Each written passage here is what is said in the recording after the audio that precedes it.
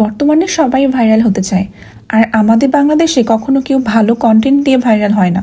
যে আপুটা একটা সুন্দর কেক ডেকোরেশন করে ভিডিও দিচ্ছে, তার ভিডিও কখনো রিচই পায় না। বাট যে একটা আবুল তাবুল কন্টেন্ট বানাচ্ছে, সে ঠিক ওই গালি শুনে ভাইরাল হয়ে যাচ্ছে। কমেন্ট সেকশনে বাঙালি মানুষ হুমড়ি খেয়ে পড়তেছে গালি দেওয়ার জন্য। আবার কিছু পাবলিক এসে এখানে কমেন্ট করতেছে ভালোবাসা দিলে ভালোবাসা পাবেন। বুঝলাম না, যেখানে গালি দিচ্ছে অন্য পাবলিক, সেখানে কোন ভালোবাসা তারা খুঁজতে আসতেছে এখানে। আমি মিউজিক দিয়েও ভিডিও বানিয়ে দেখেছি, আবার ডাক ডাক ভয়েস দিয়েও ভিডিও বানিয়ে দেখেছি, আলহামদুলিল্লাহ কোনোটাতে কোনো রিচ পাইনি। বাট কোনোদিন যদি ভুল করেও একটা ভুল করে বসে ভিডিওতে, তাহলে সেদিন ঠিকই রিচ পাবে মানুষের গালি দিয়ে। ফেসবুকে কিছুদিন আগে এক আপু হ্যান্ডউইক্সের জায়গায় হাত দিয়ে কেকের বেটার বানিয়েছিল। সে এতটাই গালি শুনছে যে ঘুমিয়ে থাকা বেকার আপুটাও তাকে নিয়ে কন্টেন্ট বানানো শুরু করছে।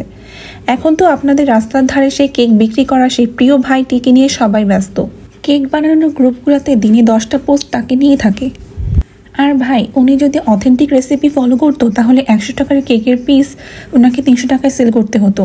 আমাদের দিনাজপুরের একটা গ্রুপ আছে, যেখানে কেউ ভালো রিভিউ দিয়ে পোস্ট করলে সেখানে লাইক আসে 4-5টা। আর কেউ যদি কোনো পেজের খারাপ রিভিউ দেয়, সেখানে লাভ রিয়াক্ট, হাহা আর কমেন্ট আসে 100রও বেশি। ব্যাড রিভিউ এর ওই পোস্টগুলোতে আবার অন্য পেজের অনাররা আসে নিজের পেজ প্রমোট করে চলে যায়। বাঙালি মানুষ বলে কথা। কিছু কিছু পেজ দেখতেছি যারা Korean butter cream flower making ভিডিওগুলোকে চুরি করে নিজেদের ভয়েস ওভার দিয়ে ফেসবুকে বেশ ট্রেন্ডে আছে। ক্যাপশনে লিখতেছে 60,000 টাকা দিয়ে আর কোর্স করতে হবে না, ফ্রিতে শিখে নিন এই ভিডিও দেখে। আর কমেন্ট সেকশনে অন্য বেকার আপুরা তো উপকার পেয়ে খুশিতে পাগল হয়ে যাচ্ছে, দোয়া দিয়ে ভাষায় ফেলতেছে। আর কিছুদিন আগে এমনভাবে কন্টেন্ট চুরি করতে গিয়ে ঢাকার একটি বড় পেজ অনারের পিক চুরি করে নিয়ে আসে, আর ক্যাপশনে লিখেছে আলহামদুলিল্লাহ ডেলিভারি ডান। ব্যাস হয়ে গেল।